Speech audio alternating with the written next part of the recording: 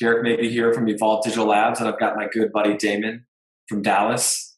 Love it, man. Thanks for having me on, Derek. Damon, why don't you introduce yourself to the people? Let them know what it's all about. Absolutely, man. Damon Goetner. I'm from Flower Mound, Texas, just north of Dallas. I founded and run a small agency, a Spiro Digital Marketing, spiroagency.com. We're 5 people strong, data-driven shop, focus on paid social, paid search, and a little bit of local SEO, and really are getting more and more into working with businesses for all channels and not just one channel. So nice. Super happy to be here, man. Super excited. Awesome. I appreciate it. No problem, man. Glad to do it. We've waited far too long since the last time we got together and talked. Yes, it's been almost 2 years since we last did this. You know what? I went back and listened to that podcast before we jumped on. Straight fire. Dude, first of all, it was an excellent pod. Second, pretty much everything that I predicted would happen has come true. Yep. That's the other thing. We were really dialed in. And we still are. And we still are, Derek. Right. So people can go back and listen to that. We'll do something. We'll share that pod or something. So yep. I'll find it and we'll put it up. Yep. Perfect.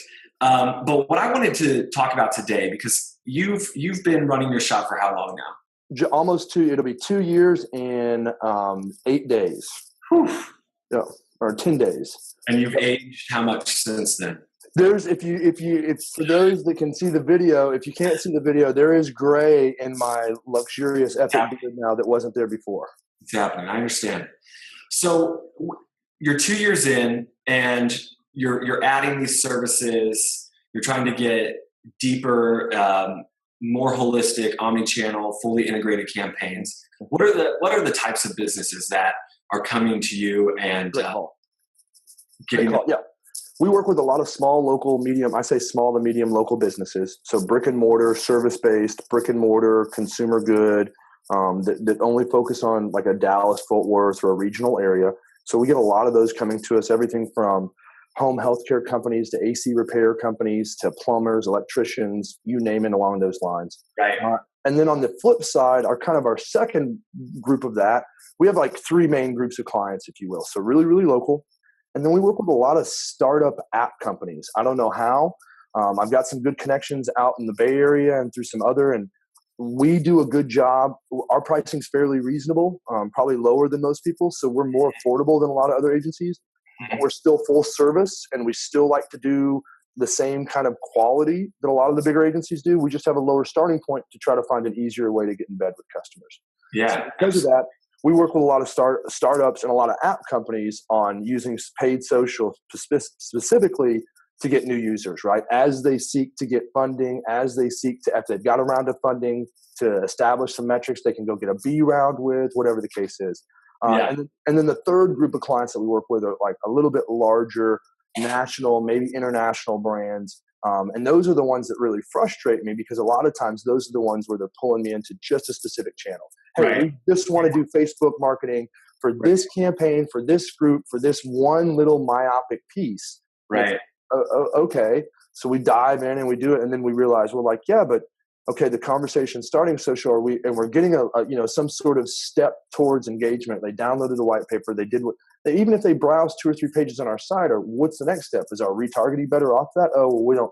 That's another group. Okay. Well, what about our email messaging been behind that? Oh, that's another group. Well, what about like an actual physical print piece too? Because I'm a digital marketer, but this is sales and marketing. So what are we doing within the funnel? Right. And they're like, oh, that's another group. And I'm like, well, damn guys, we got 6 groups just trying to talk to the same cat about the same process. Like, who's he going to listen to? Like, I feel bad for the consumer. But you know what, man, that's part of the maturation of us as an agency. When I first started my agency, I was like, listen, just pay me. We don't care what it is. Okay, cool. You just want me to do an email? Love it. Just, is the check in the mail? Great. But as we get going, I realize more and more that while we love the work and we'll always be some degree a commodity in that sense, and that we want to do the work in the campaign, I know our greatest effectiveness is the deeper we get to your business. So the more I know your business and the more I truly understand what you're really wanting to do, then the better I can craft this channel to coincide with the other channels to sit underneath a strategy that all moves forward on a marketing plan, right? Yeah. So it's interesting, and this is something the last time we had talked earlier this week when we chatted, we talked about new product launch. Yep.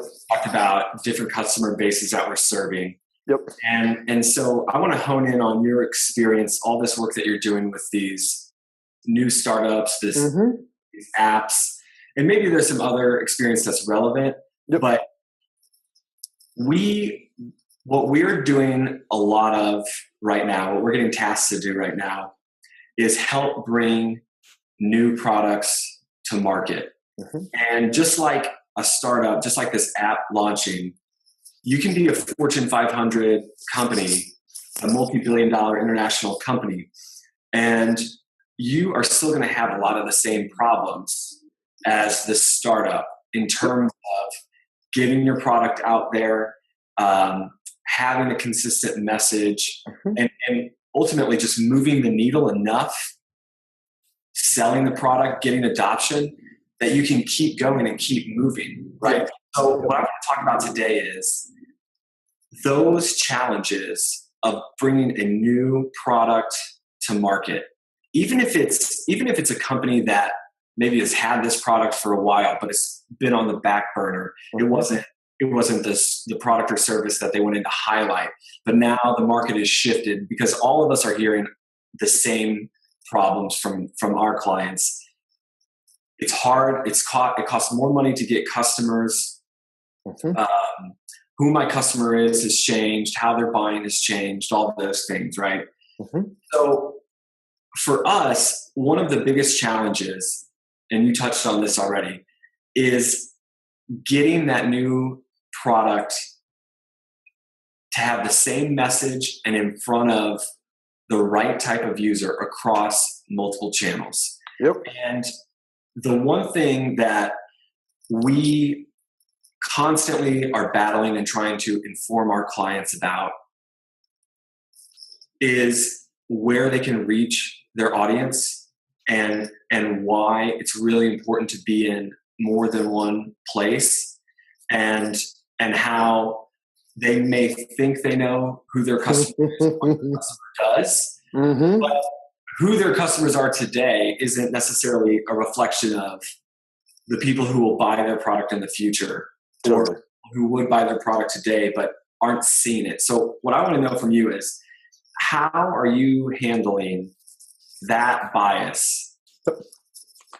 No, so I think I'm probably more honest than most when I approach, especially new clients and new products and that nature. Like anytime we're going to a new market, and then like, if you have anybody that's telling you what's going to work, you need to turn around and walk out the door, because they have no effing idea, right?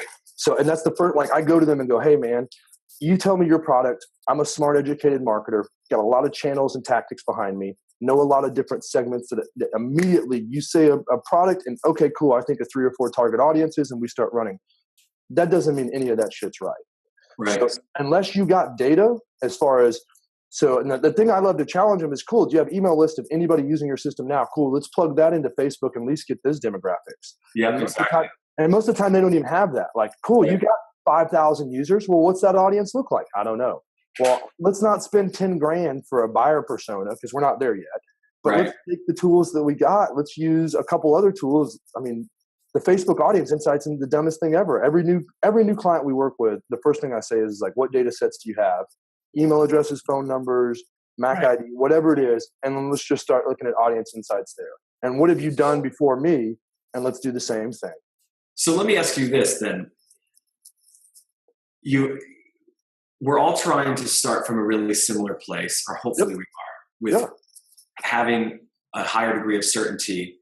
Do you think it is actually harder for the incumbent, those startups that you're working with, to get that information or to find their right audience? Or do you think it's more difficult for that established, bigger company?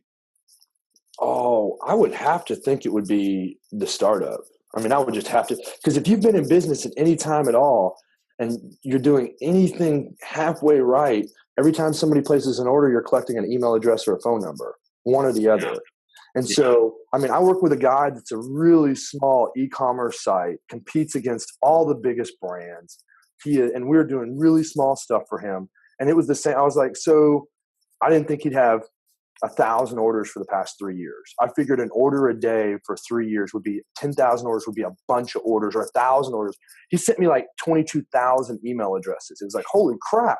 Like, dude, number one, are we doing any email marketing? And he's like, no. I'm like, well, F AdWords, like F SEO, like let's talk about email marketing and get that going. And then, because I'm a guy that's like, yeah, okay, cool. I gave you the spiel of channels that we feel good about. But that's because I know that I can go affect change, be successful. They're cost effective. They fit within a good overall marketing strategy. But I also know there's a huge place for direct mail. I'm not a direct mail shop. We'll get somebody, we'll make the piece if you need, and we'll outsource the different pieces. But that's what a good marketer is supposed to do, is find the channel.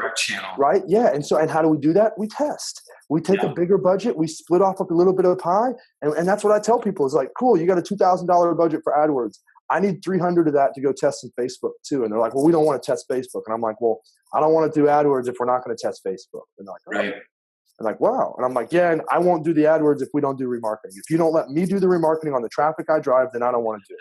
And they're like, oh, okay. Because we had a big mortgage company where this is the dumbest shit ever, but we did the contextual search traffic. Somebody else did the display. A third company did the paid social, and another company did the remarketing. It was like, dude, and then somebody else is building the landing pages. I was so frustrated, and we felt like we said everything tight, but the landing page just. So why? First, let's get back to that. Let's table that, because that's an important topic too. But here's my contingent. Here's my counter. I think a reasonably funded, I won't even say well-funded, let's say reasonably funded startup should have an easier time. They should be able to acquire customers at least the same success rate as a business that's existed before. And the reason I say that is because their biases of who the customer is far less rooted or well-founded, right? Yep. And so maybe they're hung up on what their product is supposed to do for a customer. Mm-hmm. But in terms of going out and actually having, the ability to try any ground to see what is fertile and what isn't, I think sometimes that these startups are actually in a better position. Now, they may not have the budget or the customer data or the experience, but the thing that never ceases to amaze me, because it is just the DNA of the company, right? These bigger companies, these well-established companies that are taking new products to market, they have such an affection for a certain type of customer and certain ways to describe that customer that they struggle with not using other examples or history to come in and label and name what their customer is going to be and who they're pursuing. And I think that that's part of the reason that they don't get that behavior-based testing and being so data-driven and having that stuff in the beginning. Yep. But boy, it sure does help to have money though, right? Oh, no. But I think to your point, you're totally right. So from a customer acquisition standpoint, way easier for the startup. From who my customer potentially is, I think way easier for the bigger guy. I think they're less likely to actually open the book and look and be open about who the potential customer is because of the inherent biases of 20, 30 years of business and checks from 55-year-old white guys that, hey, that's our target audience. Well, and so to your point, I totally agree, man. Yeah, because we had this scenario, and shame on me because I've never had anybody in my organization, or I've never taken the time to write this case study or this article up. But we worked with this company that is an annual $25+ billion international company, and they dominate a couple industries. And they launched a new product that they even had an enterprise version of this product in production, in the works as a revenue stream. and they wanted to build this customer version, this B2C version of it. And what in the end, I think the reason it was not a successful product launch was their desire and their insistence on how they were going to sell this product. We're going to sell it at this point to the consumer. But the reality was the consumer didn't even value the output or the outcome of this particular product. Yep. There's only this small sliver of time where you could really go in and sell it because their need was so high. Yep. When the air conditioner or the heater broke, yep, you could go get this customer. But now all of a sudden, they're battling with the HVAC customers or companies for this customer or yep, for the clicks, yep, because it's worth thousands of dollars to the HVAC company versus this lifetime value of $250, $300, whatever. Yep. They weren't able to acquire customers and insert themselves, right? Yep. But and so when we came to them with this strategy of let's find this middle ground of let's find the property owners, let's find the property managers, let's find the commercial managers, the people that will value keeping these things running much more than the consumer, right? That are into the maintenance, that understand the savings from maintenance cost, right? Exactly. $10 today saves you $1,000 tomorrow. Yep. Yes. Yeah, exactly. And they were going through this at a more frequent clip, and they had more to lose, right? Yep. And so, I think that to your point on the first question being, what data do we have available? Critical. The second is, give us the budget to not just analyze the data and to build the market intelligence, but give us the budget to facilitate those things through beta testing and channel testing. And let's let that be a part of plotting the overall strategy. Yep. And let's figure out how we can take this to market in a big way and what we can afford to do in terms of customer acquisition. Yep. Okay. Totally agree. I mean, we're working with, and I had a very similar situation where we worked with a company that developed a specific business product for managing the returns of parts, right? Mm-hmm. And there's a million companies need help managing returns, right? But mm-hmm. trying to identify and get people that were trying to handle that process without getting to the enterprise level where they're handling this whole order fulfillment system. And so he used one piece in a larger pie, and the same thing. It was like, well, who's your customer? Well, it's these people. Well, who are those people? Like, where do they live? What do they? I don't know, man. I just know that it's like some companies that are titled this were like, well, here. So we did, we did a paid search campaign, drove a ton of traffic, had some leads come through, but didn't sell a single deal. Didn't have a single person. And he offered a free trial, standalone. Like his whole deal was a software as a service. So like we should have been pushing 1-2% conversion, and it wasn't. And we pushed thousands of people through. So this wasn't a irrelevant data size. And it was like 2 months later, like, hey man, I'm more than happy to step away and let you get another paid search company in here. Like, we feel really good about what we did on our campaign, but right, people aren't buying, bro. Yeah, ultimately, yeah, right. Because that's the one thing that you can't fix. And if you don't know and understand the job of what you're trying to get done, because some of these instances, it's like, look, there's clear value, there's clear cut value in what we're producing and what we're selling. But again, that challenge is, do you really understand the job that these buyers/users have to get done? And then do you know where to find them? Yep. And so for us, when we're helping these companies launch these new products, one of the most important things that we take them through is building out those job steps, building out that job map to say, all right, who does this impact in the household, in the business? And we're going to use that data that we've collected through, whether it's Facebook Insights, Google keywords, whatever the case may be. We're going to use those. We're going to use those data pieces against what their job actually is and how they're getting it done. Yep. Because that's part of the key, I think, as well, is that even if you do find the right place because you know that this audience has specific criteria that you can use Facebook or Twitter or Google to find, you still have to be able to get into that right point in that sales cycle, that need, that state, and deliver on that. And I think that's one of the places where our experience has taught us through, unfortunately, failures and lack of success, that when you're going to market, these are the critical 3 steps that we have to be able to go through. And you have to be willing to pay for that time and pay for that understanding. It's the data from the sources. It's the in-channel testing. Can we even get people to click on this? Can we even get people to convert?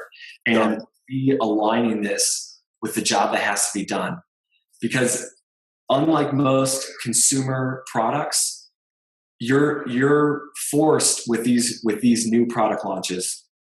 Unlike most of the in-market consumer products, you're forced to run this parallel path of understanding, is the buyer the user? Yes. And does the buyer understand the user's pain? Yep. If they're different people, right? And so how does that change? How does that change our marketing approach? And for me, that gets me to the second part of our conversation earlier this week. Not only do you have to do those 3 things up front, just to get that proof and that data, that behavior, that certainty, but the other major struggle, and you touched on it with the different agencies and the mortgage company, and we talked about it earlier this week, you also have to go full funnel. Yeah. You have to go full funnel because it's so critical. Go ahead, take it. No, yeah, I was just going to say, so I had a call this week with a startup based out of New York City, Y Combinator graduate. They're successful. They're generating revenue, had a little Series A. They're trying to get to a Series B, get some more funding so they can grow to 40 other markets. And so we sat down and and they had worked with another agency out of California, big, well-respected, 20 times my size, right? So like, cool, whatever, man. Let's see what they did. Let's see, let me see the data, right? And so as soon as we sit down, we start looking at it. I'm like, I see a lot of campaigns. Explain to me your funnel, right? They're an app, so they don't know me at all. They don't have me on their phone. They've downloaded our app. They've created an account. They've actually placed an order. They've placed multiple orders. They're a whale. It's so easy to me. I'm like, oh, okay, cool. Well, then I see pretty succinctly, we've got 3 layers to it. We've got our top of funnel, people that don't know us. We got our middle funnel of people that have put our app on their phone and maybe have placed an order, but they haven't gone all the way. They're not using us every week. And then at the bottom, we got our whales. He's like, yes. And I'm like, okay, cool. What'd you do before? And he's like, we didn't approach it that way. Yeah. What do you mean? Why not? He's like, well, we did some things for the top of funnel and we kind of did some remarketing because it made sense. And we did some lookalike audience stuff because that sounded cool. And I was like, well, here's what we're going to do. We're going to start and identify 5 target buyers at the very top of the funnel. And then we're going to develop 2 or 3 messages for each one of those. And that creates us a place where we're going to get new traffic in. Okay, cool. And the day we launch those, right behind it, we also have the next step of the funnel. And we start talking about each layer, and a middle of funnel strategy. And we have campaigns targeted for people that have downloaded our app but not actually inputted their credit card information, that have downloaded our app and added stuff to the cart but haven't actually pressed send yet. Yes. And just different nudges, right? And the big thing to them was like, okay, cool, you engaged me for Facebook ads and Instagram ads, right? Who do I talk to at this point to take this dynamic audience and have a MailChimp campaign set up so that every 3 days, boom, I add them this, they're automatically gone to my MailChimp list. This whole audience gets imported. And boom, I know that they're going to see this ad for 2 days. That's going to disappear off. And then they're going to get an email real soft offering them 10% off coupon. Exactly. Right. And we get done with it and they're in love. And I know, and I sit down with my team and we start looking at it and everybody inside's like, oh yeah, that makes total sense. And we're totally clear. And that's an hour phone call, right? Yeah. And that's another 2 hours of data research on our side to kind of mine out. But they split their budget 50-50 desktop mobile. You're an app company. Do people download apps off their desktop? I was like, I don't know, man. You tell me, how many apps downloads do you have from desktop? Conversions from desktop. They should be able to tell you because the device ID and Facebook's not stupid. Like they can tell that that account's the same one that's on your desktop mobile, right? And he was like, that's a good question. I'm like, well, let me go pull that. 0, not a single one. Like, oh, okay, well that makes sense. Like, well, so of course, yeah, like, 8 of our 20 grand that we spent on this 3-month test, so 8 grand was just like totally wasted. So, and then I was like, well, like they do it's the company does dry cleaning, mobile dry. It's like Uber for dry cleaning. They'll come pick your dry cleaning up, get it serviced, bring it back. Yeah, it's a cool service. Great deal.